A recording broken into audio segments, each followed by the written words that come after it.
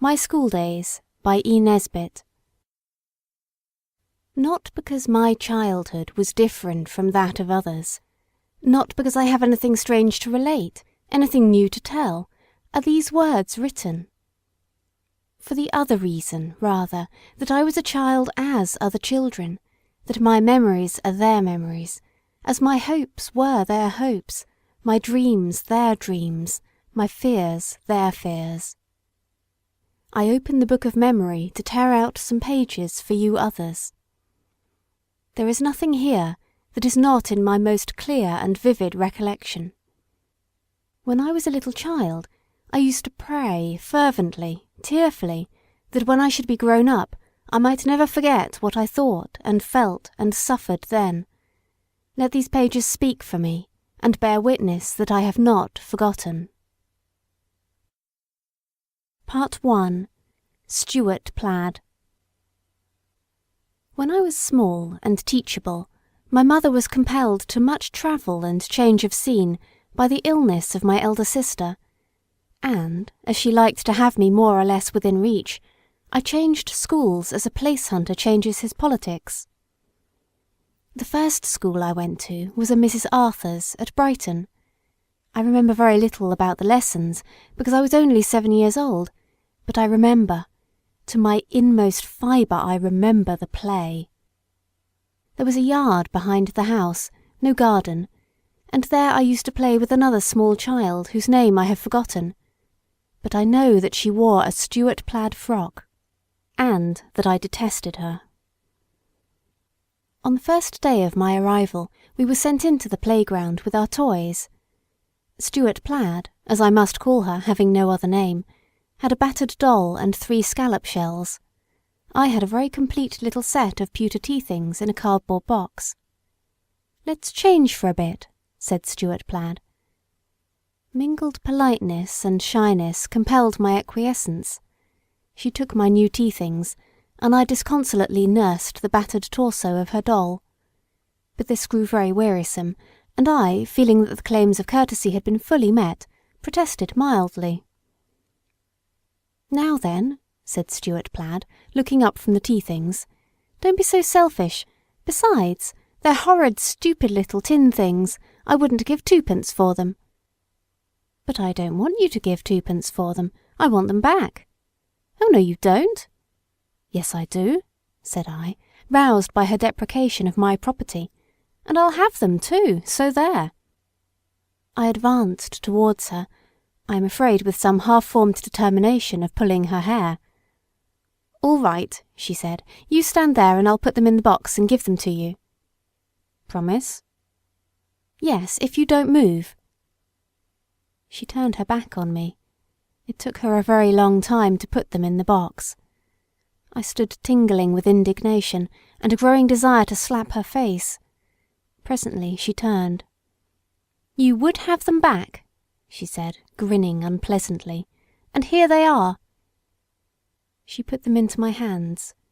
She had bitten every single cup, saucer and plate into a formless lump. While I stood speechless with anger and misery, she came close to me and said tauntingly, "There now, aren't you sorry you didn't let me have them?" "I'll go home," I said, struggling between pride and tears. "Oh, no, you won't," said Stuart Plaid, thrusting her mocking face close to mine. "And if you say a word about it, I'll say you did it, and pinched me as well, and Mrs. Arthur'll believe me, because I'm not a new girl and you are." I turned away without a word, and I never did tell, till now. But I never said another word to Stuart Plaid out of school. She tortured me unremittingly. When I had been at school a week or two, my paint-box suffered at her hands, but I bore it meekly and in silence, only seeking to replace my Vandyke brown by mud from the garden. Chinese white I sought to manufacture by a mixture of chalk picked up on the seashore and milk from my mug at tea-time. It was never a successful industry. I remember the hot white streets, and the flies, and Brill's baths, and the Western Road, and the bitter pang of passing, at the end of a long procession, our own house, where always someone might be at the window, and never anyone was. I used to go home on Saturdays, and then all bitterness was so swallowed up in the bliss of the home returning that I actually forgot the miseries of my school life, but I was very unhappy there. Mrs. Arthur and the big girls were kind enough to me, but Stuart Plaid was enough to blight any lot. She blighted mine, and I suppose no prisoner ever hailed the falling of his fetters with the joy I felt when, at last, after 3 or 4 days of headache and tears, I was wrapped in a blanket and taken home with the measles. When I got better, we went for the midsummer holidays to a lovely cottage among the beech woods of Buckinghamshire. I shall never forget the sense of rest and delight that filled my small heart when I slipped out under the rustic porch at 5 o'clock the first morning and felt the cool velvet turf under my feet. Brighton pavement had been so hard and hot. Then, instead of the long rows of dazzling houses with their bow windows and green-painted balconies, there were lovely trees, acacias and elms, and a big copper beech. In the school walks we had never found any flowers but little pink bindweed by the dusty roadside. Here there were royal red roses and jasmine and tall white lilies, and in the hedge by the gate, sweetbriar and deep-cupped white convolvulus. I think I saw then, for the first time, how lovely God's good world is, and ever since then, thank God, I have been seeing it more and more. That was a happy morning. The boys, whom I had not seen for ever so long because of the measles, were up already. Alfred had a rabbit for me, a white rabbit with pink eyes, in a hutch he had made himself. And Harry led me to a nook among the roots of the copper beech, where he showed me 2 dormice in an old tea-caddy. "You shall go shares in them if you like," he said. There was honey in the comb for breakfast, and new-laid eggs, and my mother was there in a cool cotton gown pouring out tea and purring with pleasure at having all her kittens together again. There were cool raspberries on the table too, trimmed with fresh green leaves, and through the window we saw the fruit garden and its promise. That was summer indeed. After breakfast my mother called me to her. She had some patterns in her hand. "You must be measured for some new frocks, Daisy," she said. "Oh, how nice! What colour?" "Well, some nice white ones, and this pretty plaid." She held up a pattern as she spoke. It was a Stuart plaid. "Oh, not that!" I cried. "Not this pretty plaid, darling? Why not?" If you'll believe me, I could not say why not. And the frock was made, and I wore it, loathing it, till the day when I fell out of the apple tree, and it broke my fall by catching on a branch. But it saved my life at the expense of its own, and I gave a feast to all the dolls to celebrate its interment in the rag bag. I have often wondered what it is that keeps children from telling their mothers these things, and even now I don't know. I only know I might have been saved many of these little big troubles if I had only been able to explain. But I wasn't, and to this day my mother does not know how and why I hated that Stuart plaid frock. End of Part 1. Part 2. Long Division. I spent a year in the select boarding establishment for young ladies and gentlemen at Stamford, and I venture to think I should have preferred a penal settlement. Miss Fairfield, whose school it was tall and pale and dark, and I thought her as good and beautiful as an angel. I don't know now whether she was really beautiful, but I know she was good. And her mother, dear soul, had a sympathy with small folly and disgrace, which has written her name in gold letters on my heart. But there was another person in the house, whose name I will not put down. She came continually between me and my adored Miss Fairfield. She had a sort of influence over me, which made it impossible for me ever to do anything well while she was near me. Miss Fairfield's health compelled her to leave much to Miss and I was, in consequence, as gloomy a cynic as any child of my age in Lincolnshire. My chief troubles were three: my hair, my hands, and my arithmetic. My hair was never tidy. I don't know why. Perhaps it runs in the family, for my little daughter's head is just as rough as mine used to be. This got me into continual disgrace. I am sure I tried hard enough to keep it tidy. I brushed it for fruitless hours, till my little head was so sore that it hurt me to put my hat on. But it would never look smooth and shiny like Katie Martin's, nor would it curl prettily like the red locks of Cissy Thomas.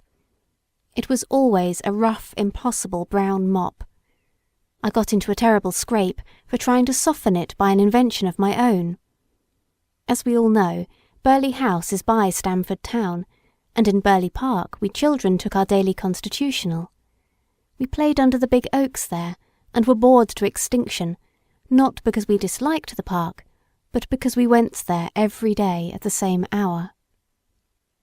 Now, Harry Martin, he wore striped stockings and was always losing his handkerchief, suffered from his hair almost as much as I did.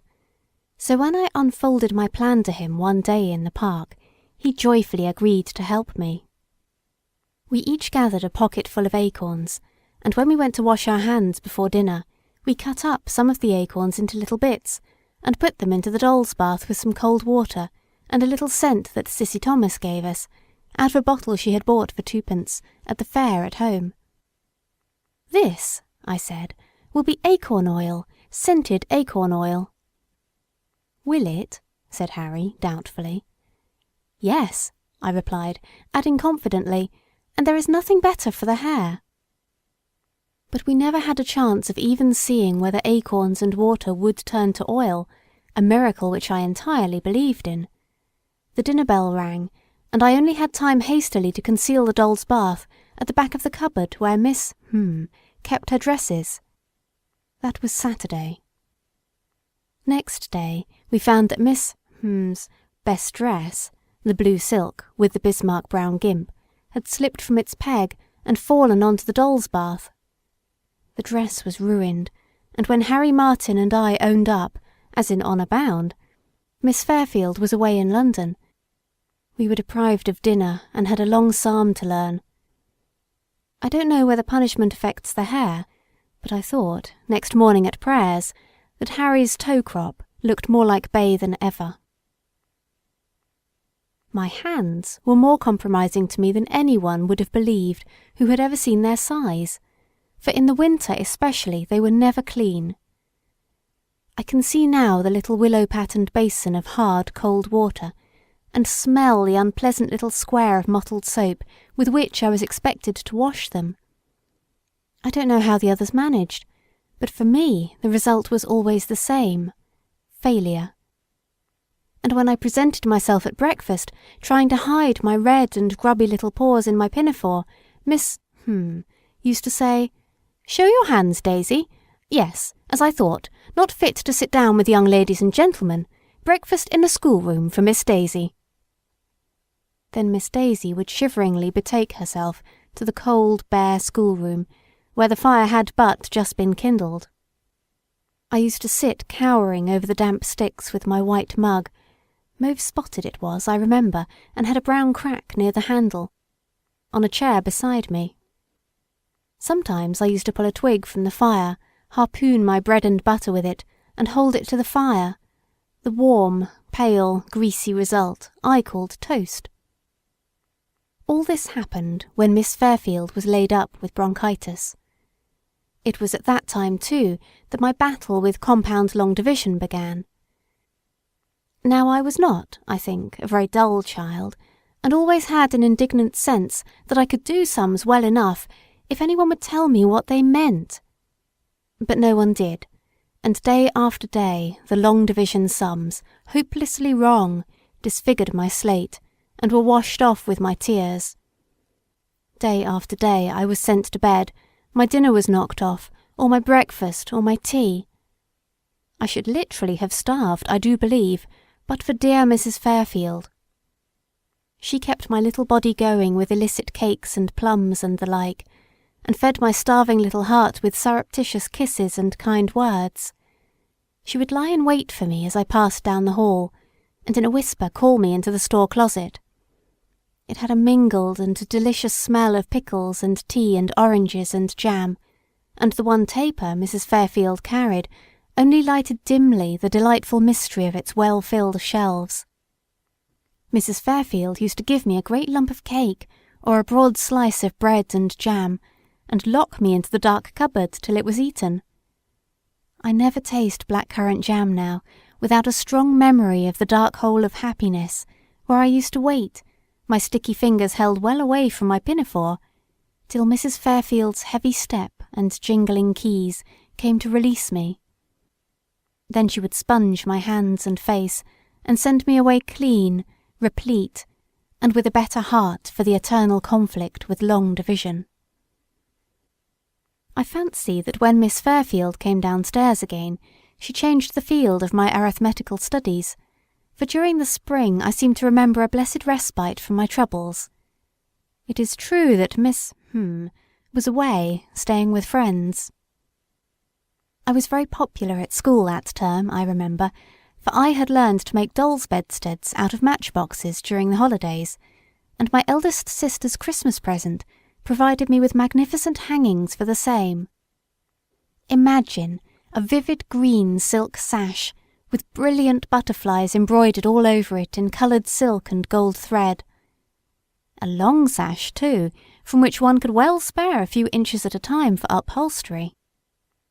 I acquired many marbles and much gingerbread, and totally eclipsed Cissy Thomas, who had enjoyed the fleeting sunshine of popular favour on the insecure basis of paper dolls.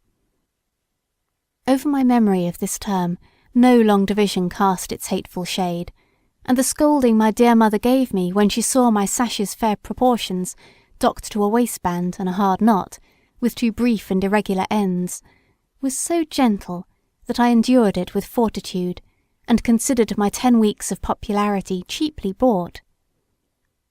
I went back to school in high spirits with a new set of sashes and some magnificent pieces of silk and lace from my mother's lavendered wardrobe. But no one wanted dolls' beds any more, and Cissy Thomas had brought back a herbarium, the others all became botanists, and I, after a faint effort to emulate their successes, fell back on my garden. The seeds I had set in the spring had had a rest during the Easter holidays, and were already sprouting greenly, but alas, I never saw them flower.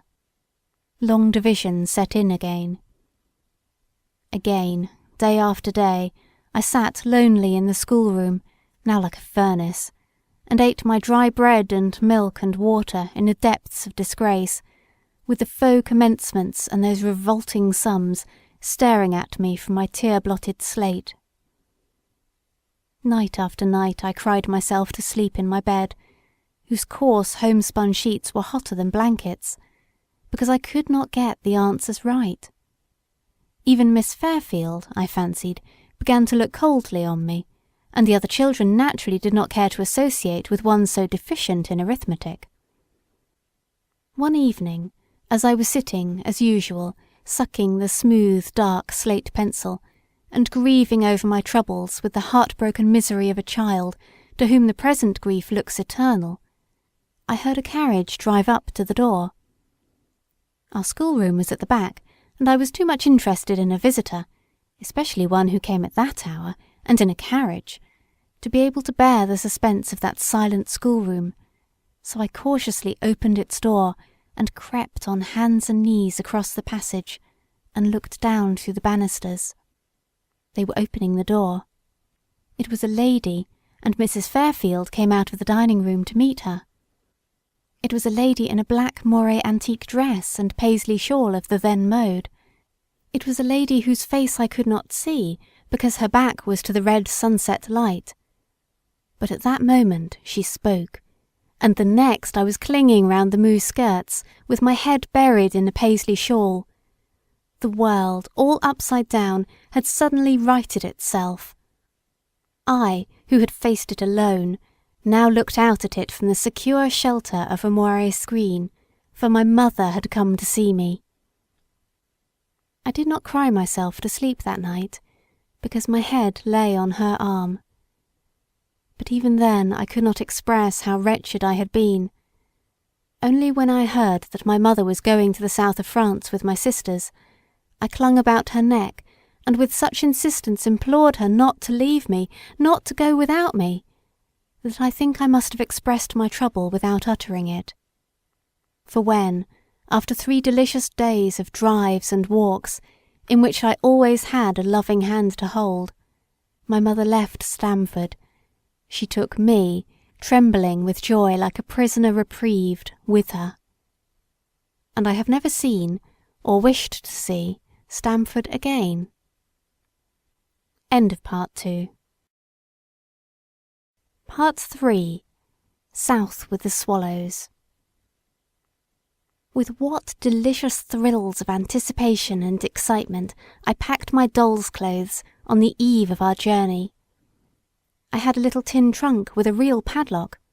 I have it still, by the way, only now it holds old letters and a bunch of violets, and a few other little worthless things that I do not often have the courage to look at nowadays. It is battered now, and the paint is worn off, but then it was fresh and shiny, and I packed all the doll's clothes in it with a light heart. I don't remember anything about our leaving home, or saying good-bye to the boys, so I fancy that they must have gone back to school some time before. But I remember the night passage from Newhaven to Dieppe far too vividly to care to describe it.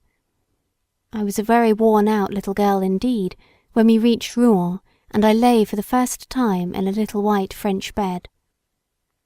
My mind was, I suppose, a little upset by my soul's sorrows at Stamford, and my body's unspeakable discomforts on board the Channel boat, and I was seized with a horror of the words débit de tabac, which I had noticed on our way from the station. I associated them with the gravestone of my father. I don't know why. I can only conjecture that the last syllable of débit, being the same as that of our name, may have had something to do with it. I lay awake in the dark. The light from the oil lamp in the street came through the persiennes and fell in bright bars on the wall. As I grew drowsier, I seemed to read there in letters of fire, débit de tabac. Then I fell asleep and dreamed that my father's ghost came to me and implored me to have the horrible French inscription erased from his tomb, for I was an Englishman, he said. Then I woke, rigid with terror, and finally summoned courage to creep across the corridor to my mother's room and seek refuge in her arms.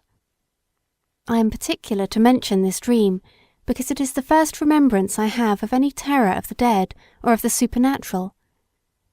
I do not at all know how it had its rise, perhaps in the chatter of some nursemaid long forgotten. By and by I should like to tell you about some of the things that used to frighten me when I was a child, but just now we are at Rouen, where Joan of Arc was burned, and where the church of St. Ouen is. Even then the beauty of that marvellous Gothic church filled me with a delight none the less intense for being incomprehensible to me. We went too to St. Catherine de Mont. The ceiling of the church was blue with gold stars. I thought it very beautiful. It was very windy on the mount, I remember, and the sky outside was blue like the church ceiling, with white clouds instead of gold stars. There was a stall a little way down the hill, where a white-coffed woman sold crucifixes and medals and rosaries and pictures. My mother bought me a little painting of the church in an alabaster frame. It was for a long time one of my chief treasures. We went on to Paris. It was very hot and very dusty. It was the exhibition year. I went to the exhibition, which seemed to me large, empty, and very tiring. I saw the Emperor and the pretty Empress driving in a carriage with their little son. The boy was about my own age and wore a velvet suit and an embroidered frilly collar. The crowd cheered them with wild enthusiasm. 3 years later... But this is not a history paper. The pleasantest part of our stay in Paris was the time that my cousin Fred spent with us. He lived in Paris and knew that little girls like sweeties. Also he sang the comic songs of the day, Kafusleum, and "It's really very unpleasant," and taught me their long and dreary words. He was very kind to me, and I remember him with tenderness, though I have never seen him since. On the whole, though I had a real silver daisy brooch bought at the exhibition, and more toys than could conveniently be carried in my tin trunk, I was glad to get away from Paris. As this is not a guidebook, I suppose I must not tell you about Tours and the convent of Marmoutier. I expected a convent to be a dark and terrible place, with perhaps a nun or two being built into the wall, and I was relieved to find a trim, well-kept garden and a pleasant house, where kindly-faced women in black gowns and white gimps walked about breviary in hand. Nor must I linger at Poitiers, where we saw gloves made, and I, to my intense delight, was measured for a small pair of bright blue kid. I liked Poitiers, especially the old Byzantine church now used as a stable. I picked up a bone there and treasured it for months. It was human, I was convinced, and I wove many romances round the little brown relic, romances that considerably embittered the reality when I came to know it. "What's that?" Alfred asked, picking the bone from its resting place in cotton wool in my corner drawer months afterwards. "A human bone," I said gravely. Alfred roared with aggravating laughter. "It's only half a fowl's back, you little silly." Ashamed and confused, I flung the bone into the inmost recesses of the drawer and assured him that he was mistaken. But he wasn't. We went from Poitiers to Angoulême. How often in school I have got into trouble for tracing that route on the map of France, when I should have been tracing Cap Gris-Nez or the course of the Rhône. And so, by easy stages, we reached Bordeaux. Bordeaux was en fête. The great annual fair was in progress. The big marketplace was covered with booths filled with the most fascinating objects. I was very happy at Bordeaux until it occurred to someone to take me to see the mummies. After that, farewell the tranquil mind, farewell content. And here I cannot resist the temptation to put a long parenthesis in my traveller's tale, and to write a little about what used to frighten me when I was little. And then I shall tell you about my first experience of learning French. End of Part 3. Part 4. In the Dark. How can I write of it, sitting here in the shifting shade of the lime trees, with the sunny daisied grass stretching away to the border where the hollyhocks and lilies and columbines are, my ears filled with the soft swish-swish of the gardener's scythe at the other end of the garden, and the merry little voices of the children away in the meadow. Only by shutting my eyes and ears to the sweet sounds and sights of summer and the sun can I recall at all for you the dead silences, the frozen terrors of the long dark nights when I was little and lonely and very, very much afraid. The first thing I remember that frightened me was running into my father's dressing room and finding him playing at wild beasts with my brothers. He wore his great fur travelling coat inside out, and his roars were completely convincing. I was borne away screaming, and dreamed of wild beasts for many a long night afterwards. Then came some nursery charades. I was the high-born orphan whom gypsies were to steal, and my part was to lie in a cradle, and, at the proper moment, to be carried away shrieking. I understood my part perfectly. I was about 3, I suppose, and had rehearsed it more than once. Being carried off in the arms of the gypsy, my favourite sister, was nothing to scream at, I thought, but she told me to scream, and I did it. Unfortunately, however, there had been no dress rehearsals, and when, on the night of the performance, the high-born orphan found itself close to a big black bonnet and a hideous mask, it did scream to some purpose, and presently screaming itself into some sort of fit or swoon, was put to bed, and stayed there for many days, which passed dreamlike. But that old woman haunted my dreams for years. Haunts them still, indeed. I tell you, I come across her in my dreams to this day. She bends over me and puts her face close to mine, and I wake with a spasm of agonized terror. Only now it is not horrible to me to waken in the dark. I draw a few long breaths, and as soon as my heart beats a little less wildly, I fall asleep again. But a child who wakes from an ugly dream does not fall asleep so quickly. For, to a child who is frightened, the darkness and the silence of its lonely room are only a shade less terrible than the wild horrors of dreamland. One used to lie awake in the silence, listening to the pad-pad of one's heart, straining one's ears to make sure that it was not the pad-pad of something else, something unspeakable, creeping towards one out of the horrible, dense dark. One used to lie quite still, I remember, listening.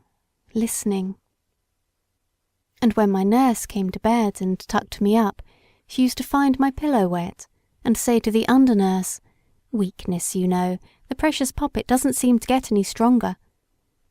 But my pillow was not wet with tears of weakness. These were the dews of agony and terror.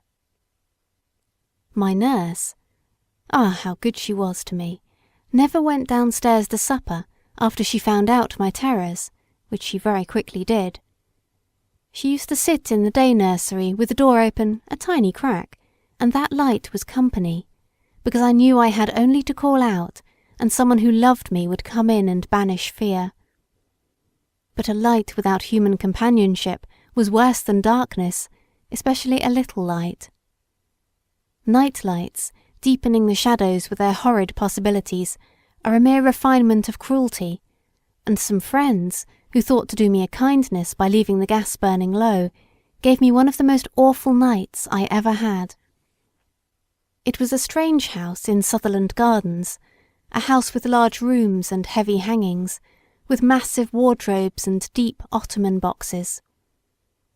The immense four-post beds stood out about a yard from the wall, for some convenience of sweeping reason, I believe.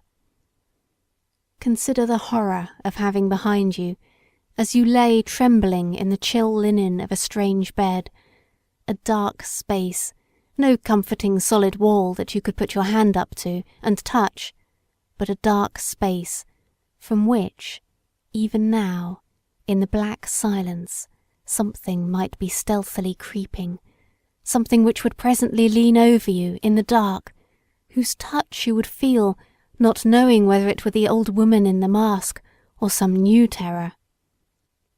That was the torture of the first night.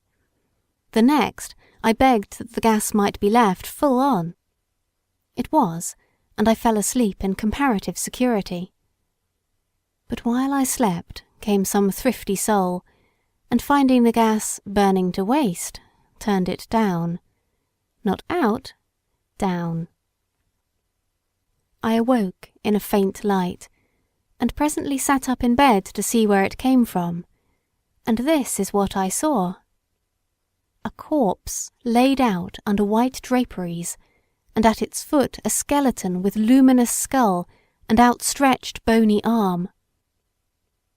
I knew, somewhere far away and deep down, my reason knew, that the dead body was a white dress laid on a long ottoman, that the skull was the opal globe of the gas, and the arm the pipe of the gas bracket. But that was not reason's hour. Imagination held sway, and her poor little victim, who was 10 years old then and ought to have known better, sat up in bed hour after hour, with the shadowy void behind her, the dark curtains on each side, and in front that horror. Next day I went home, which was perhaps a good thing for my brain. When my father was alive, we lived in a big house in Kennington Lane, where he taught young men agriculture and chemistry. My father had a big meadow and garden, and had a sort of small farm there. Fancy a farm in Kennington. Among the increase that blessed his shed was a 2-headed calf. The head and shoulders of this were stuffed, and inspired me with a terror which my brothers increased by pursuing me with a terrible object. But one of my father's pupils, to whom I owe that and many other kindnesses, one day seized me under one arm, and the two-headed horror under the other, and thus equipped we pursued my brothers. They fled shrieking, and I never feared it again. In a dank, stone-flagged room where the boots were blacked and the more unwieldy chemicals housed, there was nailed on the wall the black skin of an emu. That skin, with its wiry black feathers that fluttered dismally in the draught, was no mere bird's skin to me. It hated me. It wished me ill. It was always lurking for me in the dark, ready to rush out at me. It was waiting for me at the top of the flight, while the old woman with the mask stretched skinny hands out to grasp my little legs as I went up the nursery stairs. I never passed the skin without covering my eyes with my hands. From this terror that walked by night, I was delivered by Mr. Cairns, now public analyst for Sheffield. He took me on his shoulder, where I felt quite safe, reluctant but not resisting, to within a couple of yards of the emu. "Now," he said, "will you do what I tell you?" "Not any nearer," I said evasively. "Now you know I won't let it hurt you?" "Yes." "Then will you stroke it, if I do first?" I didn't want to. "To please me?" That argument was conclusive, for I loved him. Then we approached the black feathers, I clinging desperately to his neck and sobbing convulsively.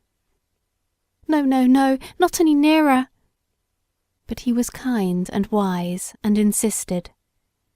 His big hand smoothed down the feathers. "Now, Daisy, you know you promised. Give me your hand."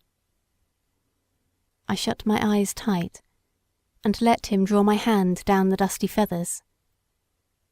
Then I opened my eyes a little bit. "Now you stroke it. Stroke the poor emu." I did so. "Are you afraid now?" Curiously enough, I wasn't. Poor Mr. Cairns paid dearly for his kindness. For several weeks I gave him no peace, but insisted on being taken, at all hours of the day and night, to stroke the poor emu. So proud is one of a new courage.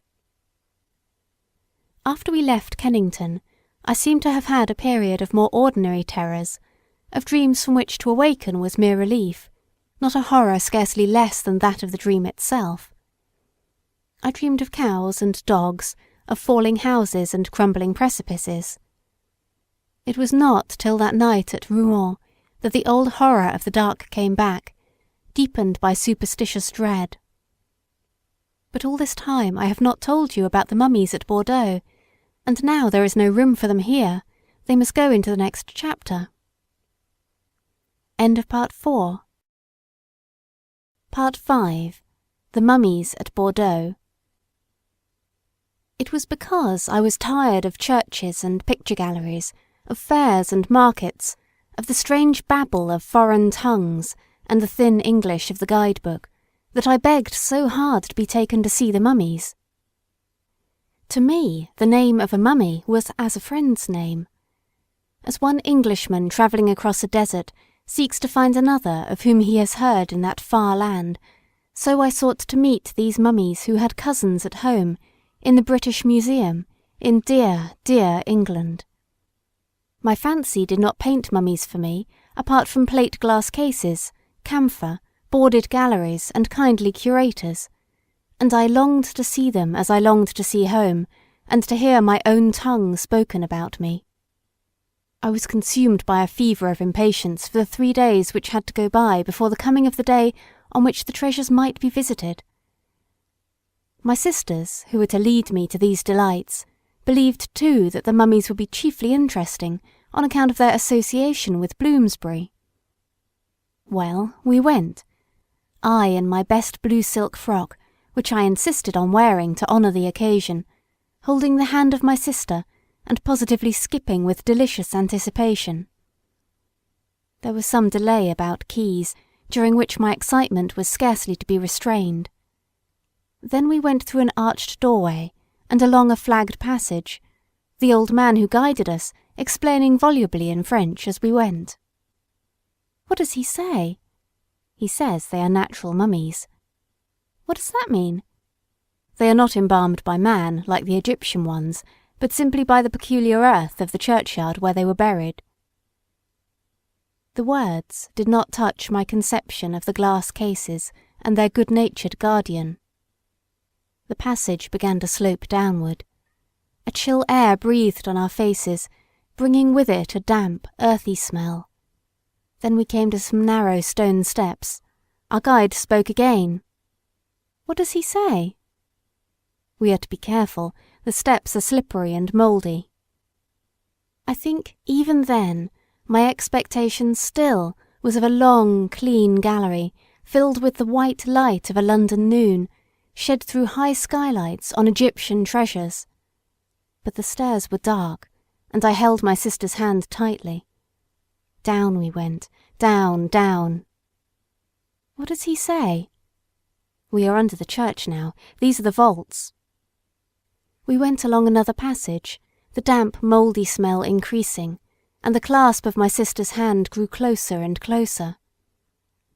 We stopped in front of a heavy door barred with iron, and our guide turned a big reluctant key in a lock that grated. "Le voilà," he said, throwing open the door and drawing back dramatically. We were in the room before my sisters had time to see cause for regretting that they had brought me. The vision of dry boards and white light and glass cases vanished, and in its stead I saw this.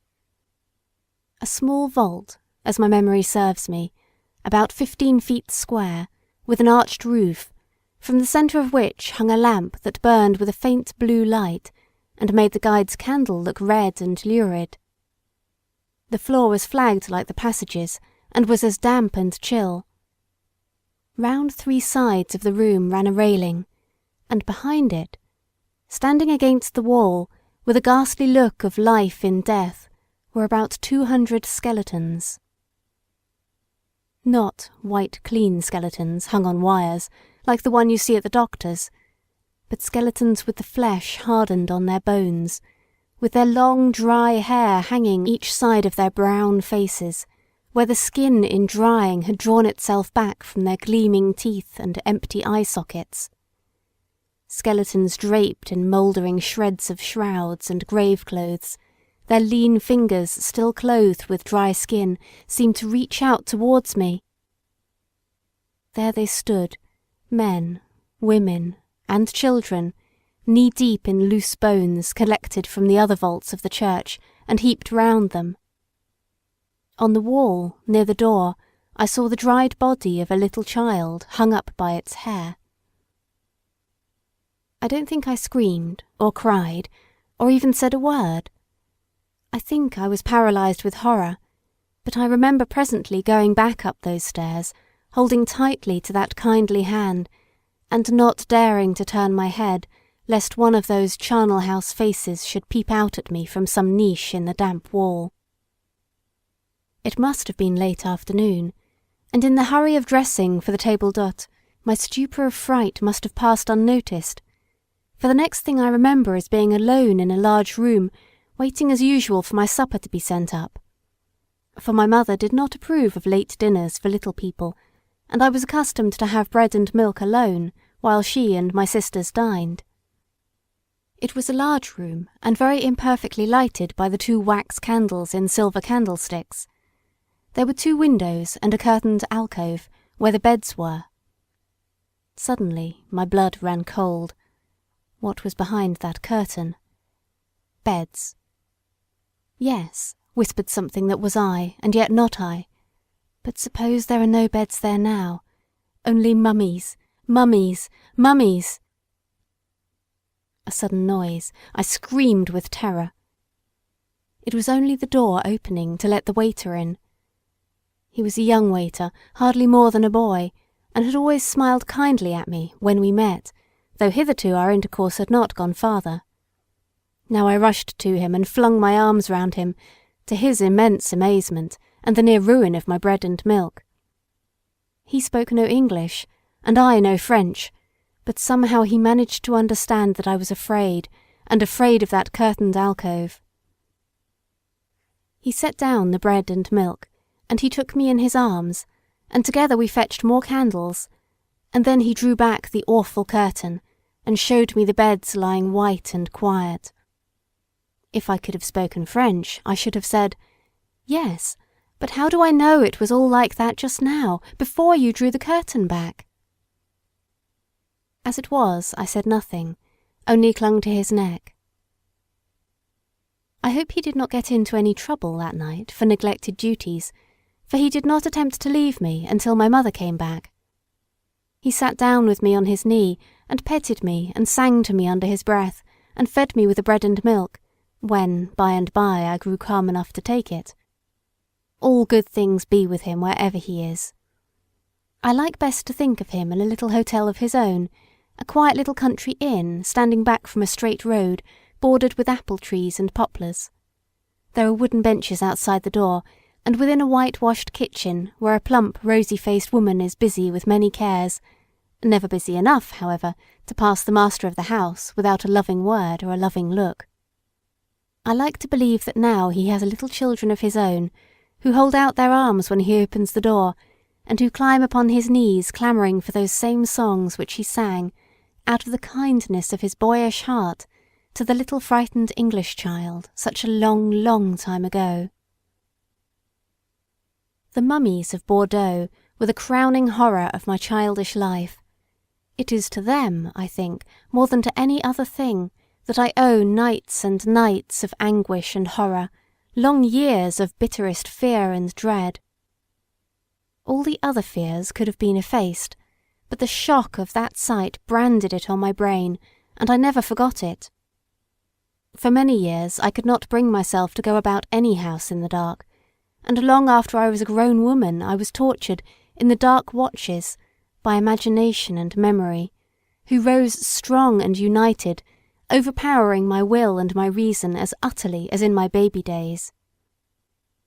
It was not till I had 2 little children of my own that I was able to conquer this mortal terror of darkness, and teach imagination her place under the foot of reason and the will. My children, I resolved, should never know such fear, and to guard them from it I must banish it from my own soul. It was not easy, but it was done. It is banished now, and my babies, thank God, have never known it. It was a dark cloud that overshadowed my childhood, and I don't believe my mother ever knew how dark it was, for I could not tell anyone the full horror of it while it was over me, and when it had passed, I came from it, as one who has lived long years in an enchanter's castle, where the sun is darkened always, might come forth into the splendour of noontide. Such a one breathes God's sweet air, and beholds the free heavens with joyous leaps of the heart, but he does not speak soon nor lightly of what befell in the dark, in the evil days, in the castle of the enchanter. End of Part 5. Part 6. She was the most beautiful person in the world. She had brown eyes and pink cheeks, a blue silk dress, and a white bonnet with orange blossoms in it. She had 2 pairs of shoes and 2 pairs of stockings, and she had 2 wigs, a brown and a flaxen one. All her clothes took off and on, and there was a complete change of them. I saw her first at a bazaar, and longed to possess her, but her price was 2 guineas, and no hope mingled with my longing. Here let me make a confession. I had never really loved a doll. My affections up to that time had been lavished on a black and white spotted penny rabbit bought at a Kentish fair, but when I saw Renee, it seemed to me that if I could love a doll, this would be the one. We were at Pau then, in a select boarding house. I was bored with travel, as I believe all children are. So large a part of a child's life is made up of little familiar playthings and objects. It has little of that historic and artistic sense which lends colour and delight to travel. I was tired of wandering about, and glad to think we were to stay in Pau for the winter. The bazaar pleased me. It was got up by the English residents, and their fancy work was the fancy work of the church bazaars in England, and I felt at home among it. And when my eyes rested on Renee, I saw the most delightful object I had seen for many weeks. I looked and longed, and longed and looked. And then suddenly, in a moment, one of the great good fortunes of my life happened to me. The beautiful doll was put up to be raffled, and my sister won her. I trembled with joy as she and her wardrobe were put into my hands. I took her home. I dressed and undressed her 20 times a day. I made her play the part of heroine in all my favourite stories.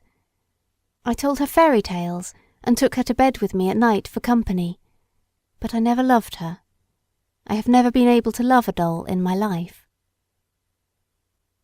My mother came to me the next day as I was changing Renee's wig, and said, "Don't you think it's almost time that you began to have some lessons again? I don't want my little girl to grow up quite ignorant. You wouldn't like that yourself, would you?" "I don't know," I said doubtfully, feeling that ignorance in a grown-up state was surely to be preferred to a return to Stamford and long division. "I'm not going to send you to school," my mother hastened to add, doubtless seeing the clouds that gathered in my face. "I know a French lady here who has a little girl about your age, and she says that you can go and live with her for a little while and learn French." "Is she a nice little girl?" I asked. "What is she like?" "Well, she's rather like your new doll," my mother laughed, "when it has the flaxen wig on. Think how nice it will be to write letters home in French."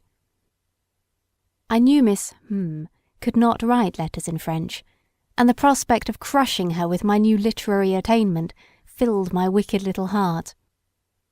"I should like to go and live with a little girl who is like my new dolly," I said, "if you will come and see me every day." So I went, my doll's clothes packed in their little tin trunk. And I stood stealing shy side glances at Marguerite, who was certainly very like my doll, while my mother and her mother were exchanging last civilities. I was so pleased with the new surroundings, the very French interior, the excitement of being received as a member by a real French family, that I forgot to cry till the wheels of my mother's carriage had rolled away from the door. Then I was left, a little English child, without a word of French, in the bosom of a French family, and as this came upon me I burst into a flood of tears. Madame Lourdes could speak no English, but she knew the universal language, the language of love and kindness.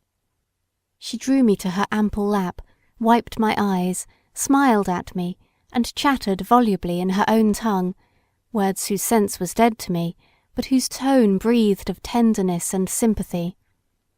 By the time Mademoiselle Lourdes, the only English-speaking member of the family, came home from her daily round of teaching, Marguerite and I were unpacking my doll's clothes together, and were laughing at our vain efforts to understand each other. I learned French in 3 months. All day I was with Madame Lourdes or Marguerite, neither of whom knew a word of English. It was French or silence, and any healthy child would have chosen French as I did. They were 3 happy months. I adored Marguerite, who was, I think, the typical good child of the French storybooks. She wore her hair in a little yellow plait down her back. I do not think we ever got into wilful mischief. For instance, our starving the cat was quite unintentional. We were playing bandits in a sort of cellar that opened from the triangular courtyard in front of the house, and it occurred to us that Mimi would make an excellent captive princess, so we caught her and put her in a hamper at the end of the cellar, and when my mother called to take us home to tea with her, we rushed off and left the poor princess still a prisoner. If we hadn't been out that evening, we must have been reminded of her existence by the search for her, but Madame Lourdes, failing to find the cat, concluded that she must have run away, or met with an accident, and did not mention the matter to us out of consideration for our feelings, so that it was not until 2 nights later that I started up in bed about midnight and pulled Marguerite's yellow pigtail wildly. "Oh, Marguerite!" I cried. "Poor Mimi!" I had to pull at the pigtail as though it was a bell rope, and I had pulled 3 times before I could get Marguerite to understand what was the matter with me. Then she sat up in bed, rigid with a great purpose. "We must go down and fetch her," she said. It was winter.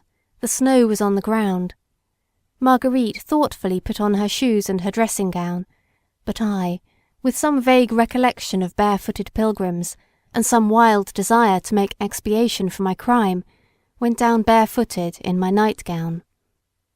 The crime of forgetting a cat for 3 days was well paid for by that expedition.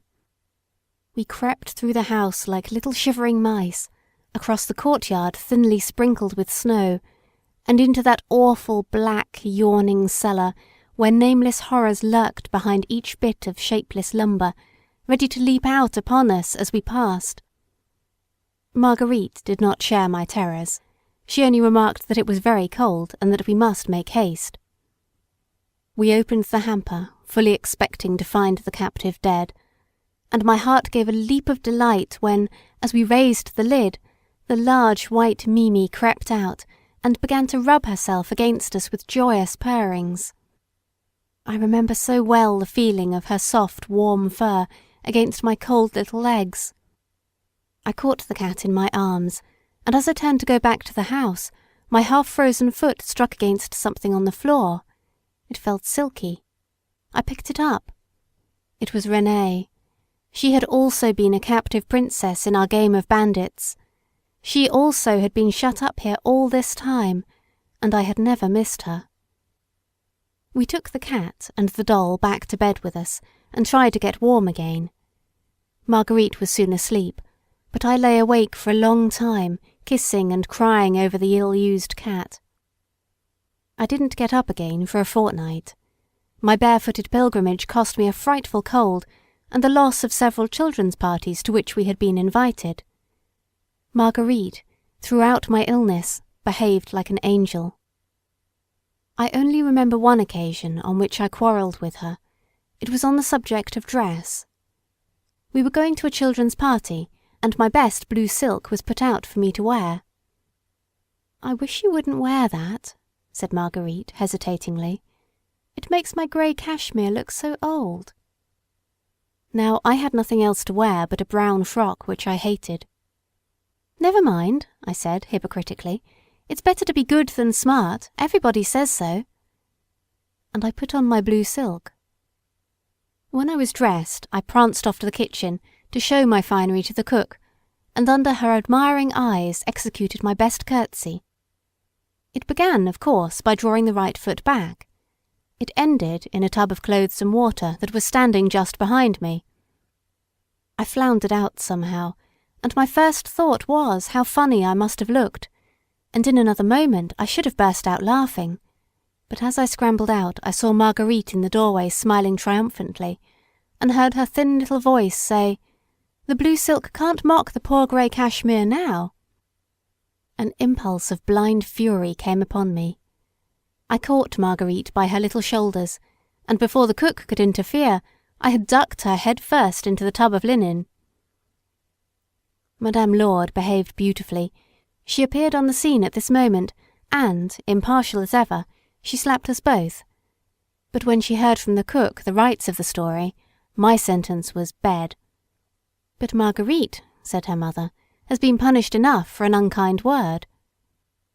And Marguerite was indeed sobbing bitterly, while I was dry-eyed and still furious. "She can't go," I cried. "She hasn't got a dress." "You have spoilt her dress," said Madame Lourdes coolly. "The least you can do is to lend her your brown one."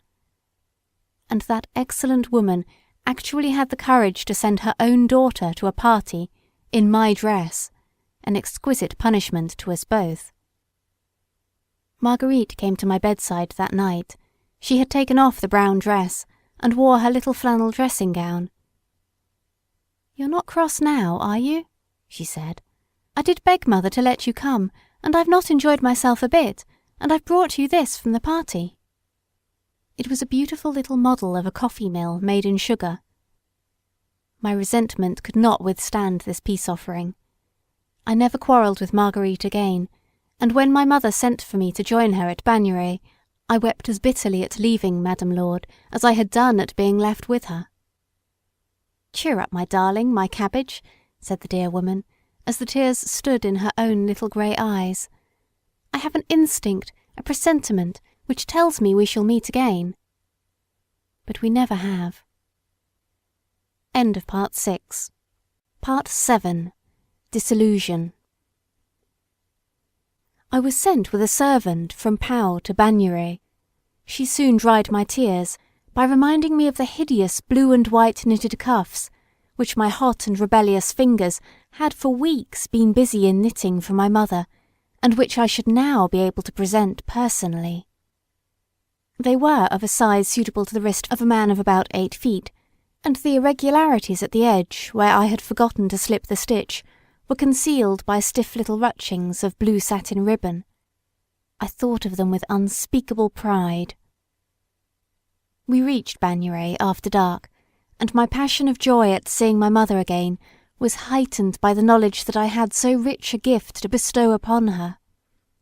We had late dinner, in itself an event to me, and then I tasted for the first time the delicious chemin de fen, a kind of open tart made of almond paste and oranges, covered with a crisp icing or caramel.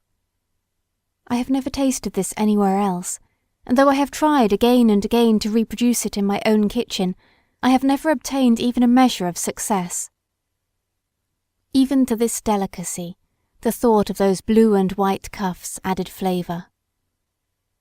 After dinner I slipped away, and made hay of the contents of my box till I found the precious treasures. I returned solemnly to the room where my mother was sitting by the bright wood fire, with the wax candles on a polished table. "Mamma," I said, we called our mothers Mamma in the 60s, "I have made you a present all my very own self, and it's in here." "Whatever can it be?"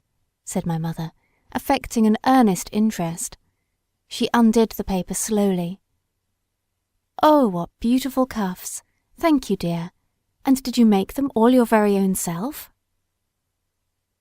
My sisters also looked at and praised the cuffs, and I went happy to bed. When I was lying between the sheets, I heard one of my sisters laughing in the next room. She was talking, and I knew she was speaking of my precious cuffs. "They would just fit a coal heaver," she said. She never knew that I heard her, but it was years before I forgave that unconscious outrage to my feelings. Bagnères de Bigorre is built in the midst of mountain streams. Streams cross the roads, streams run between the houses, under the houses, not quiet, placid little streams, such as meander through our English meadows, but violent, angry, rushing, boiling little mountain torrents that thunder along their rocky beds. Sometimes one of these streams is spanned by a dark arch, and a house built over it. What good fortune that one of these houses should have been the one selected by my mother, on quite other grounds, of course. And oh, the double good fortune, even I, was to sleep in the little bedroom actually built on the arch itself that spanned the mountain stream. It was delightful, it was romantic, it was fascinating. I could fancy myself a princess in a tower by the rushing Rhine, as I heard the 4-foot torrent go thundering along, with a noise that would not have disgraced a full-grown river. It had every charm the imagination could desire, but it kept me awake till the small hours of the morning. It was humiliating to have to confess that even romance and a rushing torrent did not compensate for the loss of humdrum, commonplace sleep. But I accepted that humiliation, and slept no more in the little room overhanging the torrent. The next day was, I confess, tiresome to me, and I in consequence tiresome to other people. The excitement of coming back to my mother had quickly worn off. My mother was busy letter-writing, so were my sisters. I missed Marguerite, Mimi, even my lessons. There was something terribly unhomelike about the polished floor, the polished wooden furniture, the marble-topped chest of drawers with glass handles, and the cold greyness of the stone-built houses outside. I wandered about the suite of apartments, every now and then rubbing myself like a kitten against my mother's shoulder and murmuring, "I don't know what to do." I tried drawing, but the pencil was bad and the paper greasy. I thought of reading, but there was no book there that I cared for. It was one of the longest days I ever spent. That evening my sister said to me, "Daisy, would you like to see a shepherdess, a real live shepherdess?" Now, I had read of shepherdesses in my Conte de Fées. I knew that they wore rose-wreathed Watteau hats, short satin shirts and flowered silk overdresses, that spinning was part of their daily toil, and that they danced in village festivals, generally at moments when the king's son was riding by to the hunt. "Oh, I should like to see a shepherdess," I said. "But do you mean a real one who keeps sheep and spins and everything?" "Oh yes, she stands at her cottage door and spins while she watches her sheep, and eats a beautiful kind of yellow bread made of maize that looks and tastes like cake. I dare say she would give you some if you asked her." The mention of the shepherdess dissipated my boredom. I climbed on my sister's knee and begged for a fairy story. "And let it be about shepherdesses," I said. My sister had a genius for telling fairy stories. If she would only write them now, as she told them all then, all the children in England would insist on having her fairy stories and none others. She told me a story that had a shepherdess in it, and a king's son, of course, a wicked fairy, a dragon, and a coach, and many other interesting and delightful characters. I went to bed happy in the knowledge that the fairy world was stooping to earth, and that the fairy world and this world of ours would touch tomorrow, and touch at the point where I should behold the shepherdess. I spent the next morning happily enough in drawing fancy portraits of the shepherdess, the king's son, and the wicked fairy. My sister lent me her paint and her best sable brush, and life blossomed anew under the influence of a good night's rest. In the afternoon we started out to see the shepherdess. Over the cobblestones of the streets, among the little mountain torrents, we picked our way, and came at last to green pastures at the foot of the mountains. The Pyrenees were so bright in their snow-coats, touched by the sun, that our eyes could not bear to look at them. "We shall soon come to the shepherdess," said my sister cheerfully. "You must not expect her to be like the ones in fairy tales, you know." "Of course not," said I, but in my heart I did. We came presently to a sloping pasture, strewn with fragments of rock. "There she is," said my sister, "sitting on a stone spinning with her sheep round her." I looked, but could see no one save one old woman, the witch probably. "Where? I don't see her," I said. By this time we were close to the old woman. "There's your shepherdess," said my sister in English. "Look at her nice quaint dress and the spindle and distaff." I looked, but such a sight had no charms for me. Where was my flowered silk, Watteau-hatted maiden? Where was her crook with the pink ribbons on it? And as for the king's son, his horse could never have ridden up this steep hillside. It was a disenchanted world where I stood gazing sadly at a wrinkle-faced old woman in a blue woolen petticoat and coarse linen apron, a gay-coloured shawl crossed on her breast, a gay-coloured handkerchief knotted round her head. She had wooden shoes, and her crook was a common wooden one with a bit of iron at the end, and not a ribbon nor a flower on it. But she was very kind. She took us up to her little hut among the rocks, and gave us milk and maize bread at my sister's request. The maize bread was like sawdust, or a Bath bun of the week before last, but had it been ambrosia I could not have tasted a second mouthful. My heart was too full. I came home in silence. My sister was sad because the little treat had not pleased me. I did not mean to be ungrateful. I was only struggling savagely with the misery of my first disillusion. Like Mrs. Over-the-Way, I had looked for pink roses, and found only feuilles mortes. End of part 7.